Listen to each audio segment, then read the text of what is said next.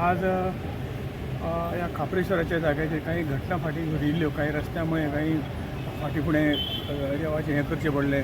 तो मेन वड आशिल्लो तो काडचो पडलो आनी परत ताजें रोपण ऑलरेडी नैसर्गिकरित्या परत तो हांगा आज उबो जाल्लो आसा. आनी ताजें सगळें जें कितें कार्य आसा तें फाल्यांची तयारी दवरून आज तें कार्य आनी तांणी कोरवेकारांनी शुभारंभ केल्लो आसा. हांव सगळ्यान पयलीं परत खापरेश्वर देवाची प्रतिश्ठापना जावची म्हणून तांणी जे प्रयत्न केले तांच्या सगळ्यांच्या मना पासून अभिनंदन करता. आणि एक भावना खापरेश्वराच्या बाबतीत संपूर्ण परवळवासियांची न्हय, संपूर्ण गोंयवासियांची आसा. आणि त्या जाग्याचेर परत एकदां हें स्थान उबें जाता हें पळोवन खूब आनंद जाता.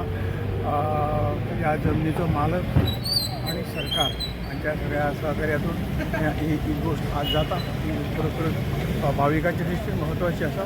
सगळ्या भाविकांक तांचें अभिनंदन करता.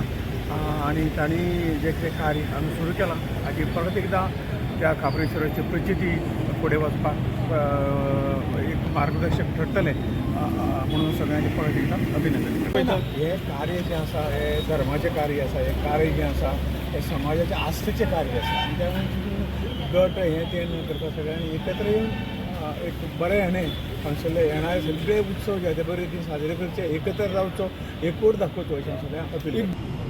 बरी गजाल आसा कित्याक ह्या बिल्डरान आपलो हांगासर जागो ह्या देवळा खातीर दिल्लो आसा. आनी खापरेश्वराची जी हायवेचो थोडो पार्ट तांकां मेळ्ळो आसा. एक बरी गजाल आसा. आनी जी देव खापरेश्वराची स्थापना परत एकदां तेज्याच जाग्यार आनी ह्याच जाग्यार जातली हेजी खरेंच खोशी भोगता.